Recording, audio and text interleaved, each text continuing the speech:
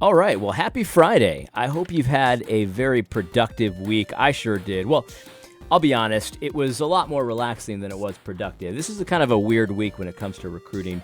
But in any case, I've been doing a lot of fishing. And actually, the other day, Andrew Torba shared one of my fishing pictures. The spot where I've been getting all the trout just doesn't have any trout anymore. I can't find them.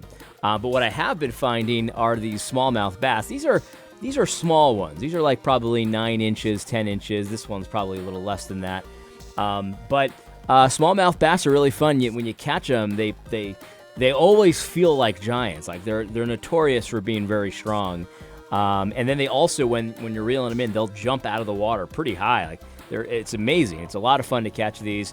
In any case, the reason I'm sharing this is one of the best parts about Gab.com is you can find all kinds of businesses owned by Christians, and they're in every industry. I mean, I know Christians that are doing all kinds of different stuff, from making candles and soap to, someone that's working machines and he does like kind of metal. Is it metallurgy? Is that what it's called? I don't really know. But anyway, because Torba shared this, there's a tackle company that reached out to me. And I want to read this this introduction. This is how he introduced himself to me. He wants to sell me some tackle. He says, "Hey, bro." He goes, "We're a Reformed, Presbyterian, post-mill, theonomic tackle company, family owned and operated with baits made by a fire-breathing street preacher."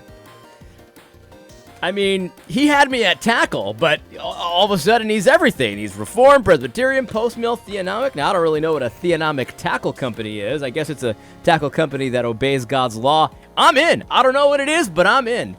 But I looked at his tackle, and I definitely recommend you check this guy out, especially if you like fishing.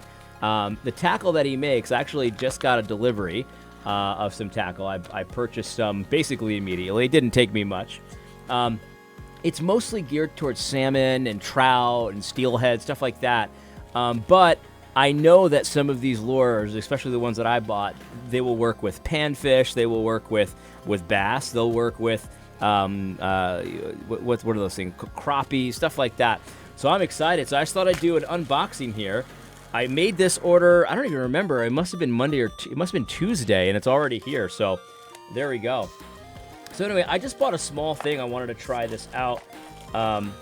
He calls this a trout pack, and it's awesome. It comes in its own little tackle box, so this is something you can just shove in your pocket. I always, when I go trout fishing, like I have this big tackle bag that I wear. It's like a backpack, but it's got all my like bass stuff and all the stuff that I don't need for trout fishing. So it's always kind of annoying to bring it all out when I know I don't really need it. This will be perfect because I don't have to bring that out. I can just bring this, and I'll be ready to go. But yeah, this is exciting. Also, some really small, they're called sickle hooks. These are for the egg clusters, which I've never actually used. But for trout, you use these tiny, tiny hooks, and it can hook a pretty large trout. Let me show you what I am excited about here. So the first thing is, this is a little trout worm. This is hot pink, or bubblegum colored, rather. And I was catching so many trout before I went on vacation on something that looked almost exactly like this. It was made by a different company, Berkeley, which, maybe it's a Christian company, maybe it's not. But this is a Reformed, what was it again? Hold on.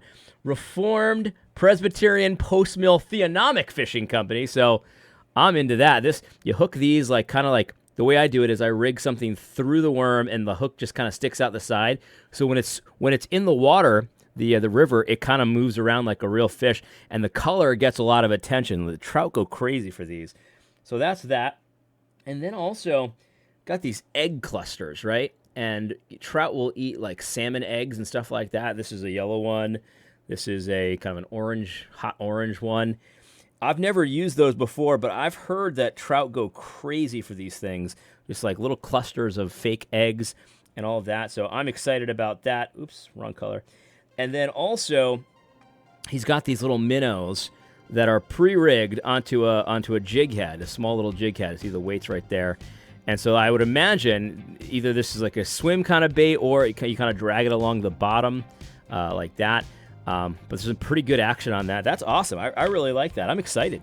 I'm going to do a video at some point fishing with these and to see how they work. I'm pretty much 100% sure that these pink worms, they're called miracle worms, that these are just going to absolutely catch fish like crazy. This little 3-inch worm, I actually already like it better than the Berkley one, because the Berkley one, this one tapers, like it's fatter here than it is here, but the Berkley one gets so skinny, it's almost, and the fish just bite it and it rips it right off.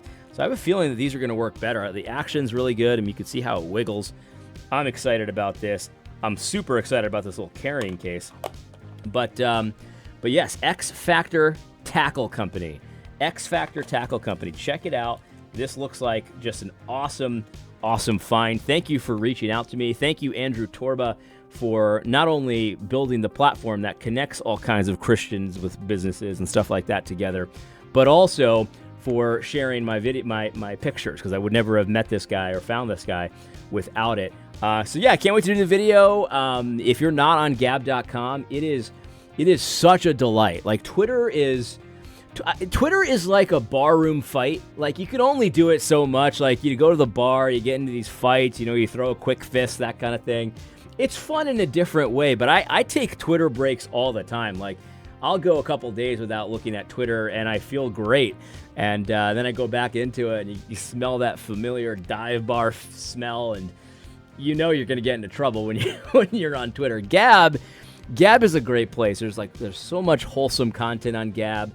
Brothers find each other, business opportunities left and right. I mean, look at this. This is handmade tackle from a Reformed Presbyterian post-mill theonomic tackle company.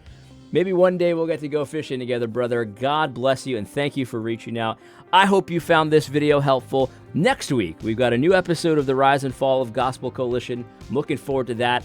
I'm also going to start a review of the racial justice great debate from Gospel Coalition, or good faith debate, not great debate. It's definitely not a great debate. Good faith debate with Justin Giboney from the AND campaign. That is going to be classic. Oh my goodness, I cannot wait for that. God bless you. Hope you have a great long weekend. I guess that's it. God bless.